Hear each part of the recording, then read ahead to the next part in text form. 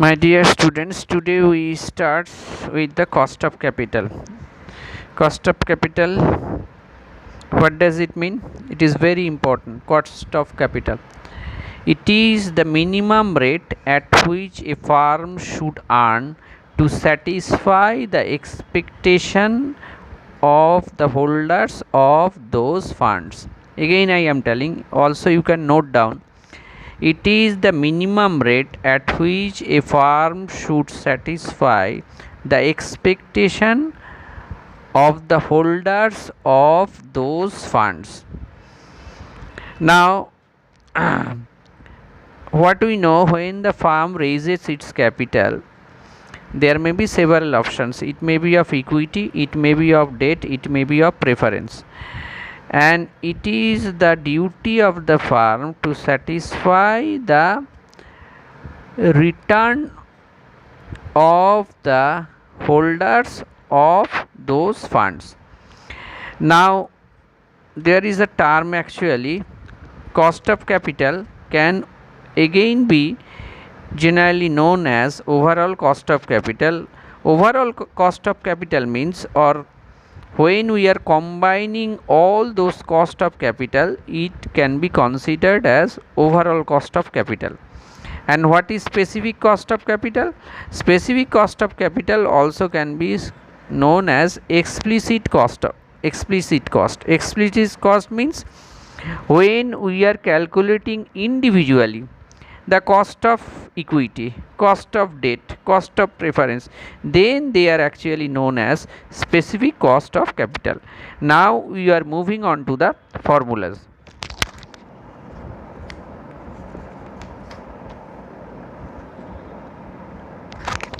There are actually several formulas of cost of equity capital. First, you should look at here cost of equity earnings price model. What is the formula? Ke equal to E by P. E is in the suffix, it is actually denoting equity, and what is K? K is actually cost of capital is denoted by K. This is the general abbreviation. We write actually in this way. Again I am telling, Ke, E denoting equity. Ke means cost of equity. If it is cost of debt, it will be Kd. If it is cost of preference, it will be Kp. Equal to E by P. What is E? Look at here, earnings per share by current market price per share. E means earnings per share, P means current market price per share. Again the same formula, it can be of earnings growth model. In case of that, the formula will be Ke equal to E by P plus G, earnings growth model. Look at here, the growth rate in earnings, K equal to E by P plus B, E equal to earnings per share, P equal to current market price per share, and G equal to growth rate in earnings. It will be given in the question.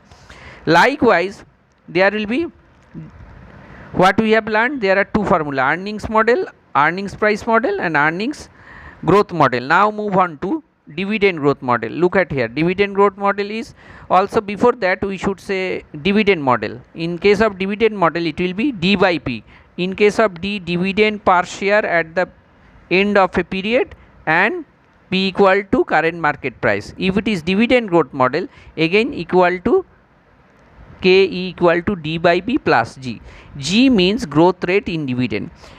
Look at here, there are both, in case of earnings growth model and dividend growth model, there are G. And in case of earnings growth model, G indicating actually growth rate in earnings, but in case of dividend, the G is actually indicating growth rate in dividend.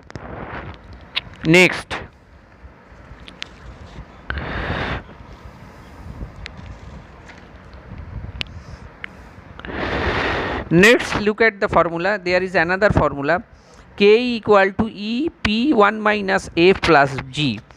G is what is F? F is actually known as flotation cost. Look at here, what is flotation cost? These are the cost of floating charges in the floating shares in the market, and usually include brokerage, underwriting commission, etc. paid to the brokers, underwriters, investment bankers, This is actually known as flotation cost, and if the flotation cost is given, then it should be deducted from P in this way, P into 1 minus F. Okay, understood. Next we move on to the capital pricing model, CAPM model. What is CAPM? Look at here, CAPM equal to R hat equal to RF plus B into KM minus RF. Again I am clarifying what is R hat, or you can write in this way, ER means expected return equal to RF means risk free return plus beta into RM minus RF. Here it is written KM, you can also write RM. I am explaining all the time. So what is RF? RF means risk free return. What is risk free return? When we are investing our money in post office or bank, suppose I have invested rupees 10 lakh, I have booked a FD of rupees 10 lakhs and I will get 10% interest. That 10%, what does it mean? At the end of the year I will get rupees 1 lakh as interest. It doesn't depend on the performance of the share market. I will not get, listen very 1 rupee more, either 1 rupee more or 1 rupee less. I will get exactly 1 lakh. That's why it is called risk free return. It does not depend on the performance of the market. Here market means share market or mutual fund market, like that. What is beta? Beta is actually denoted by systematic risk. Systematic risk, what does it mean? Systematic risk means which cannot be avoidable. Systematic risk is actually measure of the market risk. It should be given in the question. Next, RM. RM means return from market. Return from market, that should be given. Suppose what I have told right now, I am getting 10% interest when I have invested in bank fixed deposit. That is known as RF. You should write 10 in case of both the RF. And suppose I am telling you a story that I have invested in SBI and I have got 18% return. I have got 20% return. That return is actually known as return from market. In case RM, in that case we should put 20 in RM. Okay, understood. These are the formula of cost of equity.